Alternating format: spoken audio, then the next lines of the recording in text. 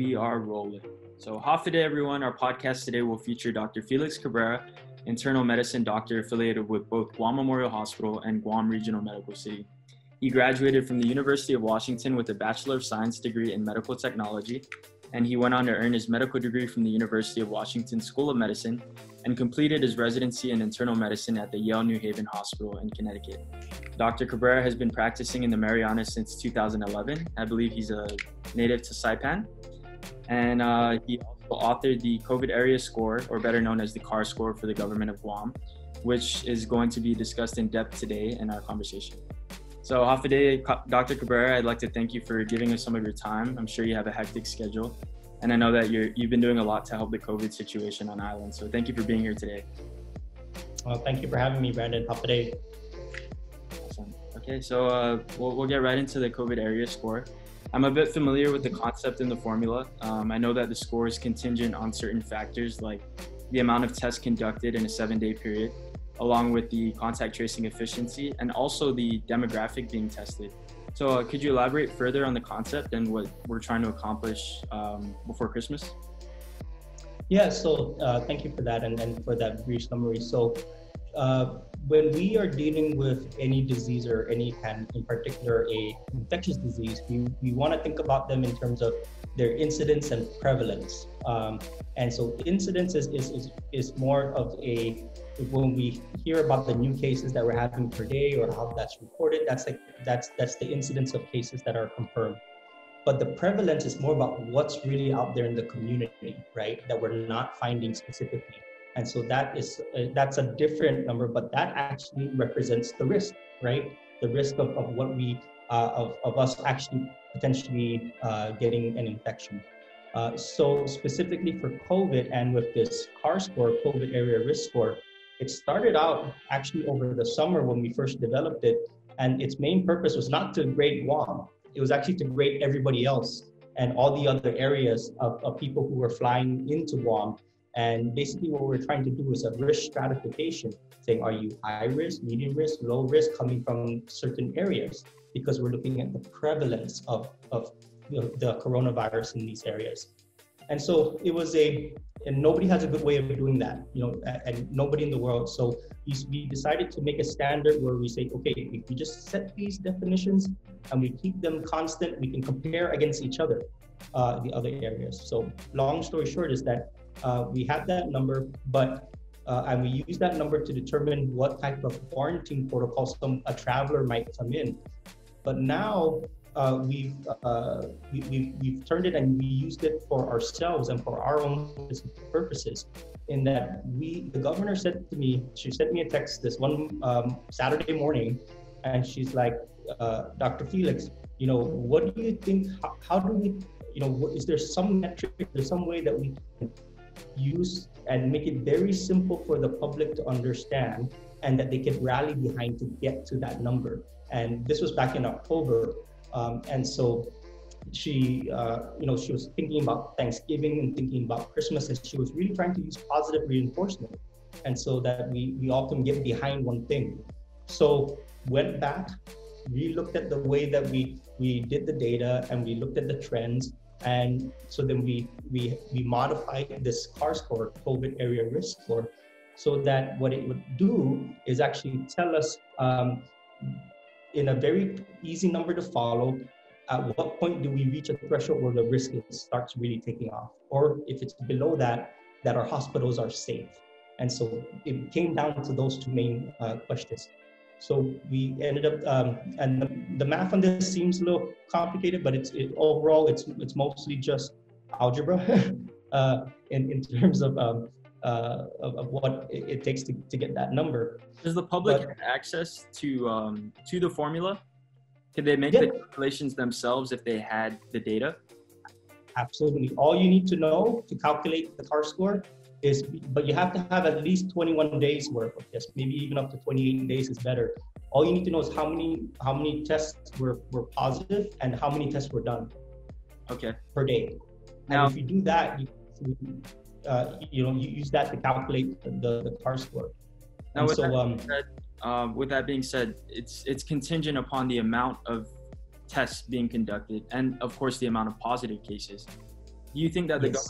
the government of Guam should be having a benchmark of cases within a 7-day period, a benchmark of testing to ensure that the data is reflective of the actual situation on island? Yeah, and so what's baked into the CAR score is the test positivity rate itself, and so it's actually a major part. It's one third of the score itself, and but the test positivity rate again. So that's the number of tests done that were positive compared to the number of tests that were performed for the given period that you're looking at.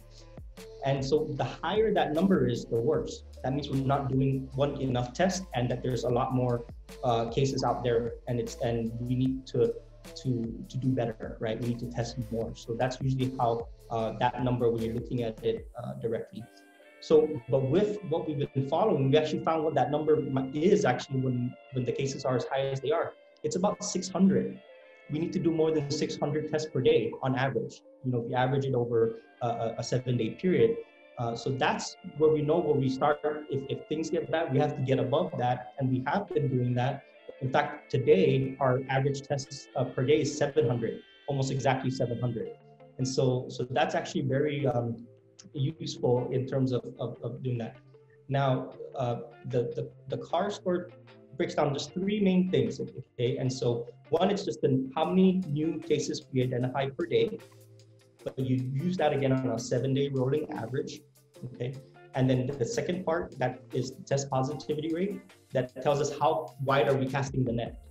And then the third and last one is the rate of spread. This one here is a little bit more math involved, but it's the reproductive value or retransmission value that tells us basically the momentum, okay? So how many? Okay. This is based on the contact tracing efficiency as well, wouldn't it be? Because the ability to find those close contacts, notify them to quarantine or to get tested, that plays a big role in this particular part of the formula, right? So it doesn't specifically. Now, it is in a way because it drives the amount of total number of cases that are followed. But in the actual math of the formula itself, it doesn't measure the specific efficiencies of our contact tracings. So it does do it indirectly. Okay, so I don't want to I want to clarify that point there. But really, it just looks at the ratios of how many cases we see in this most recent 7 days and compared to the 7 days before that. And then it's this ratio with a certain other factor that's used. We can tell. Now, have you watched Contagion, the movie? I have not. Is that a documentary? No, it's a movie. Oh, it has like Matt Damon, Gwyneth Paltrow, and so it's a good movie. It came out like I don't know, maybe late 2000s or so. But it's like COVID on steroids is what it would be. But there's a good part in that movie where they talk about the R naught. And the R naught is basically this retransmission number. But the R naught is at the beginning, and as you move forward, we start calling it RT. Like real-time reproduction value. So if it's 1.0, that means that if you randomly get sick, that the odds are you're going to pass it to one person. If it's 2.0, then that means that you're going to pass it on to 2 people. And so that's when you start seeing the exponential growth. So the higher that number, the worse. And so when COVID first started, we actually know that its R naught is approximately between 2.4 and 2.6. Compare that to the flu. The flu is actually 0.7 to 0.9 up to sometimes 1.2. Why that distinction though, or why that differentiation? In terms of the two different viruses? Yes. Why is the number, the difference so high? The difference is so high because of the actual virus itself and how pathogenic it is. That's the word that we use. But it's also dependent on the environment. Okay. So for example, the Princess Diamond cruise ship that had that first outbreak of COVID, their R naught was like 15. Okay, same virus, but just different environment. And so that's the number we look at. So, I know it's a little bit of we're a little bit on a side track of conversation, but it is important to understand the dynamics, because it's the momentum of how things are moving, because that's where the exponential part comes in. So it has to be part of the formula. Okay, so let's move on to demographic. I know recently Black construction had hundreds of cases, and that prompted the government to shut down some of the construction projects that are ongoing on island. Demographic plays a big role in this formula, does it? So does. Not in this formula, okay. Not in this part. So demographics, it doesn't take into account that. So thank you for asking these things, because these are important that we clarify. That it doesn't incorporate demographics into the score itself. It's actually, it's not that sophisticated to do that. Okay. Now I'm aware that Senators Clinton Rogel, Pito Terlahi, Tina Muñoz Barnes, and Will Castro are in the process of passing a digital contact tracing bill. Kai Akimoto has actually asked for my assistance over the summer when we worked on drafting the bill. How is the contact tracing efficiency right now in regards to public health's efficiency? How has it been? Well, I'll speak on it broadly, in that saying that is you can basically make the inferences on your own, is that we know that digital, when done right, is going to be the absolutely most efficient way to do any work that you're tasked with, right? And as things have evolved, and especially early on the pandemic, and trying to get their grounding, public health has predominantly been on an analog system. In other words, it has not primarily been digital, and if it is digital, it's not in a automated, centralized way that can be accessed from different points. And so, which is what we would think about in a typical digital environment. That's like for example, electronic health record. So, because of that, it's been tough, and it's hard. It's like they're trying to fly the plane and build it at the same time. At what point do you stop trying to fly the plane so you can build it? And so that's been the tough part. And it's like they've gotten no breaks really, and so it's been difficult. I've heard that there's a possibility that businesses might privatize the contact tracing system. If that happens, do you see a benefit in doing so? And also, how would that work with our current Guam COVID app? Yeah, so great question there. So I think what we have to understand here is that public health may be leading, the direction of this fight, and of course with the governor's, direct, work with the governor. But the main part here is that they are not going to be able to do this completely by themselves, and that the answer to beating COVID is a private-public relationship. And so right now you're already seeing that with, like, for example, GMH and GRMC. That's a private-public relationship that we support each other, and then by supporting each other, we get more efficient. If you have private businesses that take on the onus of doing their own contact tracing, and they have maybe a person from HR, for example, from human resources that is trained to do that, then this can help really in a very, in ways that we probably can't even imagine right now if more people adopt it. But in the end, it still needs to have a centralized, database or a point. It can be decentralized in how it's executed, but in the end, the repository has to be centralized. And so, but I say all this, and I say, but the reality is that public health is already they're very close to being able to fully digitize what they're doing. And they've been working hard at this. In fact, CDC members have been here on the island for the past months and been trying to help get them, up to speed. And Guam is not alone in this struggle. Many states, many counties are having the exact same problems. There are several counties that just gave up already. They don't even do contact tracing, and because they just can't. It's just completely overwhelmed.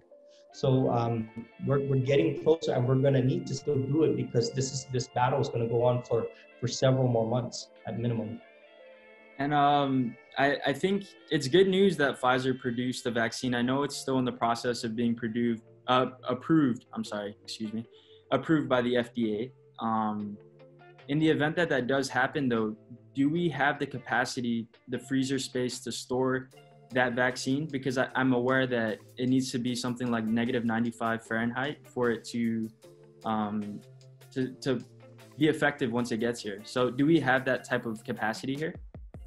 Yes. So the one is that we won't be alone in that process. In that that the Department of Health and Human Services, which is in relationship with the CDC, and then also FEMA, will be a big part of getting these vaccines to us in a way that maintains the integrity of the vaccine. So the good news is that Pfizer, yes, has a vaccine that's showing to be greater than 90% effective, but has that caveat in that it requires this really, very low storage temperature. And it's not just that, but you have to get it twice. So you have to get a second dose. I believe in their case, 4 weeks later. It's either 4 or 6 weeks later. And so there's that. But here's the other part, is that there's a second vaccine that's already been looking to be extremely just as promising as the Pfizer, and that's the Moderna vaccine. Now that one doesn't have to be stored in as cold temperatures, but it is also a 2-dose vaccine. And again, that second dose is, I'm mixing them up, which one's the 4 week and which one's the 6 week. But the point still remains that it's going to require storage time. So great question. It's clearly something that has to be solved, and there's actually a lot of conversations going on about there's already several options. They're trying to figure out what's the most efficient options for that once it does start rolling in. Now, if you look at the history of viruses, it's taken like upwards of 2 to 6 years for a vaccine to be produced. Are there any concerns that we should have, or is FDA's guidelines stringent so that we shouldn't be worried about anything that happens if we do get this vaccine? Yeah. You know how they say, there's a saying, necessity is the mother of all inventions. Really, I wouldn't say all inventions, but that's something that when JFK said we're going to fly to the moon, then that's when technology advances, really started ramping up. When we joined World War II, that's when technology advances really ramped up. And that's what we're seeing right now with COVID-19. And that, yes, typically it will take years for a vaccine to come into market in a lot of different ways. But what COVID has done, and by the way, these 2 different vaccines, they're called mRNA vaccines, or messenger RNA, and that's similar to DNA, but it's for specifically the virus, and it's manufactured. And so it's not the virus at all. It's just it's a copycat. It's like the fingerprint of the virus, and then you're making antibodies toward that fingerprint. So there's no way you're going to get the COVID with getting the vaccine. It's impossible. But it's a way to recognize that. And this is a new type of way to do a vaccine, and it's proved. That's why everybody was stunned that they're getting 90% efficacy. The regular flu vaccine, which doesn't use that mRNA, the flu vaccine that we get every year, its efficacy is about 25 to about 60% effective every year. So that's how low it is, but we still give it because it can still save lives. And if it doesn't, and also some people who get sick with the flu, they may not get as sick if they got the flu vaccine. So this is really promising, and this is a huge breakthrough in that it's actually working. I think a lot of us in the medical community were extremely nervous about this because we knew this was one big shot to make a big advancement in getting a vaccine sooner, and to get one, being distributed into the public and the regular community in less than a year after it basically became a major pandemic in the United States is, it's tremendous. I recently saw something on social media. I believe it was Taiwan. They had a music festival and everybody was grouped up together, and there were over like 200 people. And in the description, I'm not sure how accurate this post was, because social media these days, you can never tell. But it said that they hadn't had a domestic case in over 2 months, something like that. What are these other countries doing differently than us, and how does Guam stack up compared to the rest of the world?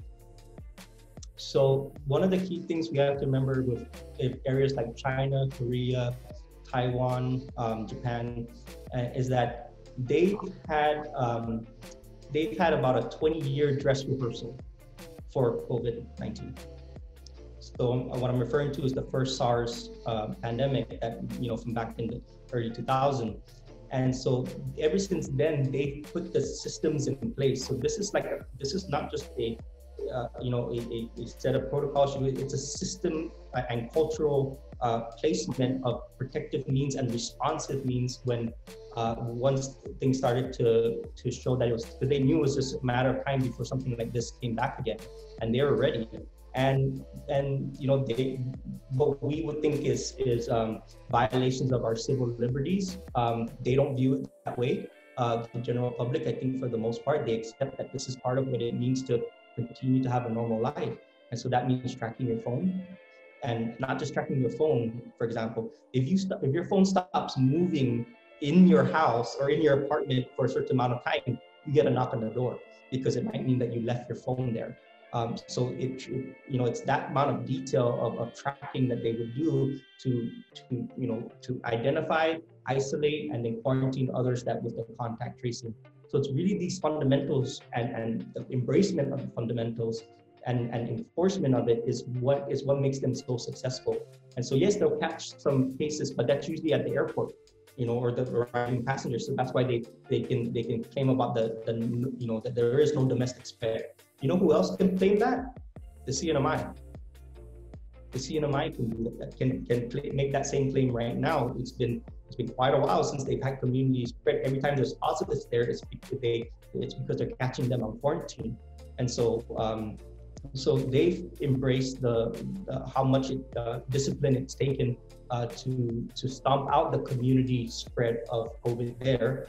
And I'm very proud of them for what they've done, and we've tried to learn from them as well. I'm in good communications, with my the people who lead these are my direct relatives, and so I have a clear channel to them, and we speak to them and talk about what are the differences, and what they're doing is it's going to be extremely tough for all Guamanians to adhere to that same level of commitment.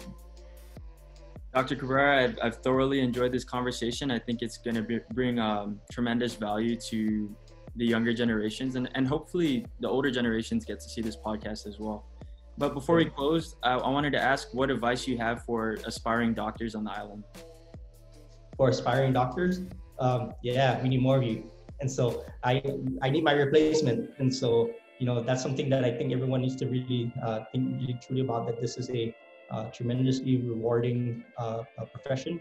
The last sentence in my personal statement was a little tongue-in-cheek statement saying that I look forward to retiring for the rest of my life practicing medicine. And so, because it really feels like it's a labor of love. And so it's something that if you have that passion, and you ride that wave, and it will come back to you multiple times over. And that being said, I wanted to make a call to everyone who's listening to my voice right now, that when we think about what we have to do to adhere to the recommendations, they're actually the 4 W's. So it used to be 3, now it's 4, especially because our Surgeon General said there's a 4th one, is wearing a mask, washing your hands, watching your distance, and the willpower to do it all the time and to be adherent to it. And if you don't have that willpower, I want you to think about somebody that who either works in the healthcare field and is tired, and is really, really tired, and they need a break.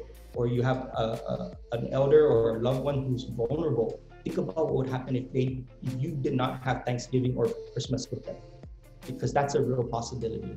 So think about that, and think about that while you think about that willpower and the rest of the W's. And I thank you so much, Brandon. This has been a great joy to be able to speak with you. Great questions, man. You're hitting things right on. Thank you, Dr. Cabrera. I really appreciate that. You enjoy the rest of your day, sir. All right, you too. Take care.